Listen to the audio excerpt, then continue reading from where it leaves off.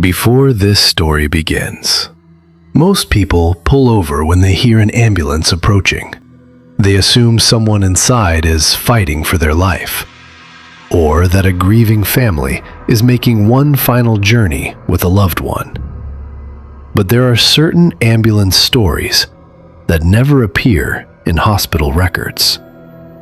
They survive only in whispers among the drivers who lived through them.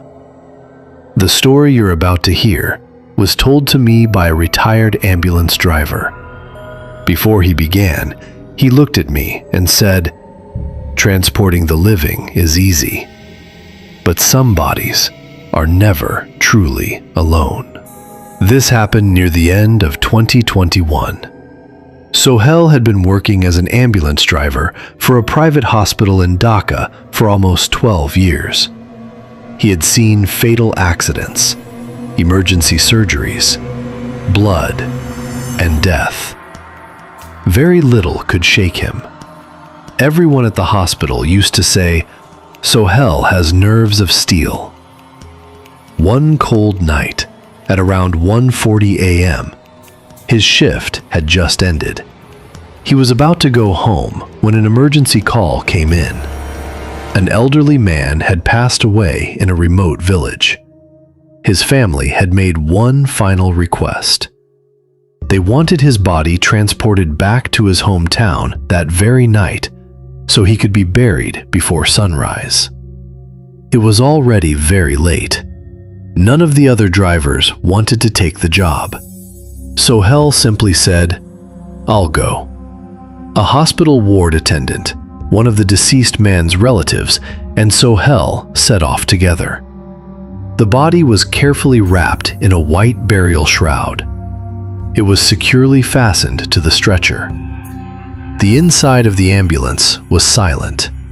Only the sharp scent of disinfectant mixed with the metallic smell of oxygen cylinders filled the air. The city lights slowly disappeared behind them. Soon, they were driving along an empty highway. On both sides of the road, there were endless rice fields and the occasional line of old trees. There wasn't another vehicle in sight. Only the steady hum of the ambulance engine broke the silence. About an hour into the journey, Sohail glanced at the rear view mirror. The light inside the rear cabin flickered once, then went out. A few seconds later, it came back on. Then it flickered again. This time, 3 times in a row. Thinking it might be an electrical problem, Sohail picked up the intercom. "Everything okay back there?" The ward attendant answered, "Yes, everything's fine." But there was something strange in his voice. He sounded nervous. 10 minutes later, the intercom suddenly switched on by itself. No one had touched it. Then, a slow metallic sound echoed through the speaker.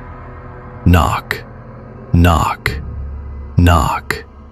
It sounded as if someone, or something, was gently tapping on the metal wall from inside the rear cabin. Sohail assumed the stretcher had shifted because of the uneven road. He pulled over and opened the rear doors. Everything looked perfectly normal. The body remained exactly where it had been placed. The white shroud was still tightly wrapped around it. The ward attendant looked pale. He quietly whispered, "Brother, I thought I saw the shroud move." Sohail forced a smile. "You're just imagining things. The road is rough." He closed the doors and continued driving. But only a few minutes later, something even stranger happened. The digital clock on the dashboard suddenly froze. 2:17 a.m. The time stopped moving. At the exact same moment, the temperature inside the ambulance began dropping rapidly. The air conditioner was turned off, yet their breath became visible in the freezing air. A cold feeling spread through Sohail's body. He tightened his grip on the steering wheel. Then, he looked into the rearview mirror one more time. What he saw made his blood run cold. The upper part of the white burial shroud was slowly rising, as if something inside was trying to sit up. For a brief moment, Sohel's hands froze on the steering wheel. He looked into the rearview mirror again. The upper part of the white burial shroud was no longer lying flat. It looked as though someone inside had slowly sat up. But how was that possible? The hospital had already confirmed the man's death. Sohel tried to calm himself. Maybe the rough road had shifted the shroud. Just then, a terrified scream came from the back. "Brother, stop the ambulance!" Sohel slammed on the brakes. The ambulance came to a halt at the side of the road. He rushed to the rear doors. As soon as he opened them, the ward attendant was sitting in the corner, trembling. His face had turned completely pale.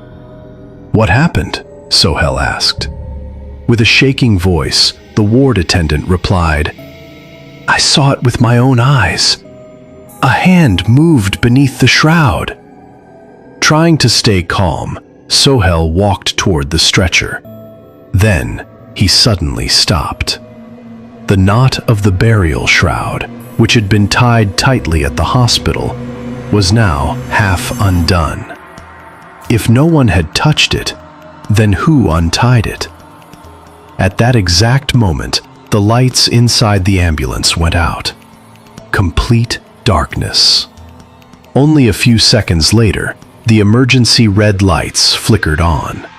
Under that dim red glow, Sohel witnessed something he would never forget for the rest of his life.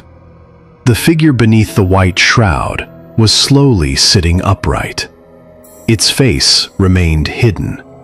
Only its head was slowly turning toward them. The ward attendant screamed, pushed the door open, and ran into the darkness. The deceased man's relative also fled in terror. Sohel stood there, completely frozen.